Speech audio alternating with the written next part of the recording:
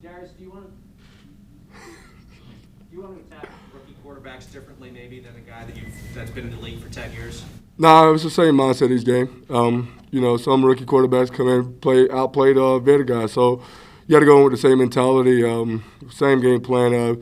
Just do us and make him react to who we are, and hopefully we can get at them a little bit.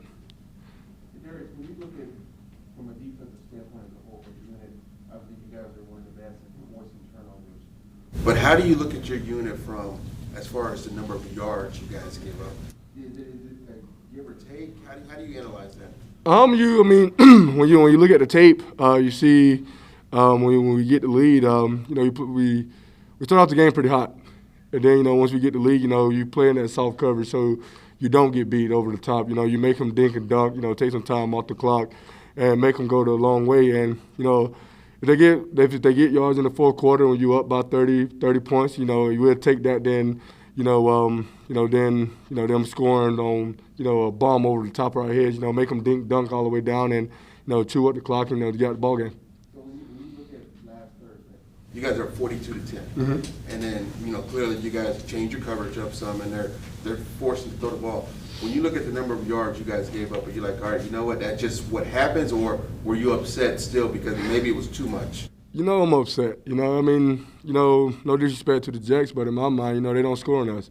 And, it's the mentality that I have. And, I do think that we gave up too many yards in the fourth quarter. So, yes, I was definitely upset with that. But, when you think about it from a standpoint of, make them dink and dunk the whole way. Because, it wasn't really no big shots, down the field. It was more dink, dunk, dink, dunk, dink, dunk. And then, they do a pick route or something, do something in the back end. So, it is what it is. I think we just got to, do us better in the fourth quarter and finish games better.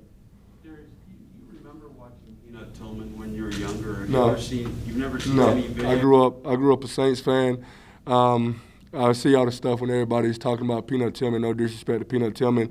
My first time I ever seen Peanut Tillman was here in 2018. I was trying to do the punch way before I knew anything about Peanut Tillman. So, I respect that, he started that, and now it is.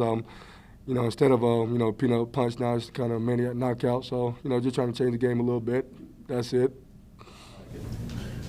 Have you been more intentional with that this year? You've always been good with the punch out, but have you been more intentional about it this season? Yes, and I think that comes to the fact of, the way teams are kind of moving away from me. So, I'm not being around the ball as much as I was, the first 3 years. So this year now, every time I get around the ball, I'm trying to make an impact play just because I'm not getting the same opportunities that I had the first couple of years. So each time now, when I tackle, how can I change the game? And that's the mindset. People talk about, being a good defensive player. The good defensive players take ball off and get the ball back to the offense as much as they possibly can. And that's my mindset. That's what makes a good defensive player. Darius says sometimes when you see guys trying to force fumbles, it impacts our ability to tackle. You kind of give up something to get the other one.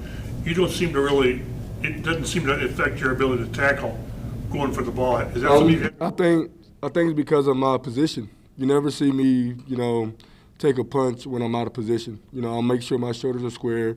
If I miss with a punch, he either going to run through me or, I'm going to squeeze, wrap, and roll. That's my form of tackling. I'm never a big hit guy, so I think it's all about position. You got to practice, being in great position. You got to make sure that you can't be scared, someone lowering the shoulder on you or nothing like that. So I just think that me being in great position all the time and being able to, have that opportunity to punch at the ball, I think that's what's really special about, the way I do it.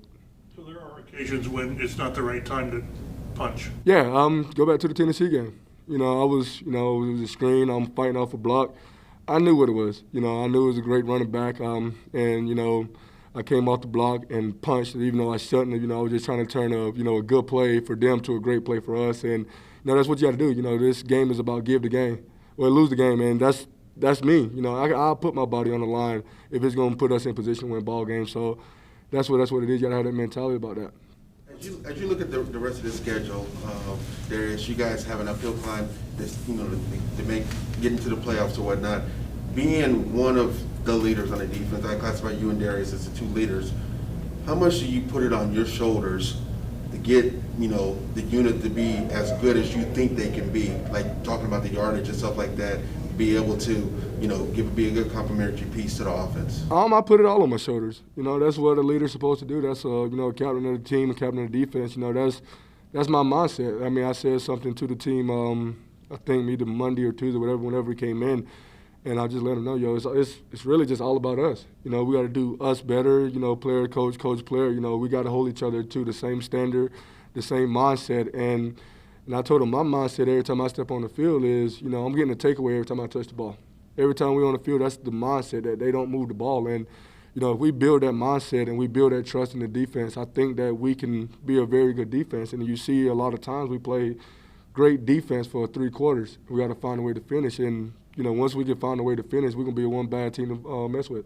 Does it just drive you crazy that we've had people this conversation for over a year now where you say 3 quarters, whether it's 1 through 3 good or 2 through 4 good, you just can't get 4 quarters consistently? Yeah, I mean, it definitely makes you mad. Like I said, we was up, 45-10 midway to the third. So, and then they scored 20 points unanswered. So it pisses you off because you know what type of team that we have. We know what type of defense that we have, and we got to find a way to keep the gas, keep our foot on the gas no matter what.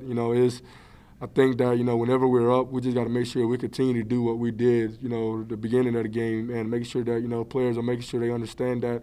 They're going to take more shots. They're going to do this. We got to tone in better because then, teams are going hurry. So we got to make sure the communication is better. Communication to make sure everybody know what they're doing. So it's very frustrating because like I said, I know what we got and I know what we can be. And I hold myself to a higher standard. I hold this defense to a higher standard, and that's what we got to do.